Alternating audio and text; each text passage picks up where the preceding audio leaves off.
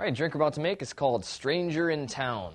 We're going to serve that up in a martini glass. Go ahead and put some water and ice in there and let it sit for about 30 seconds or while you're making your drink. And it should be nice and chilled by the time you're done. All right, put some ice in a glass and measure out 1.5 ounces of light rum. There's 1.5. Follow that up with 1/2 ounce of sweet vermouth. And next we'll add 1/2 ounce of apple brandy. And also 1/2 ounce of cherry brandy.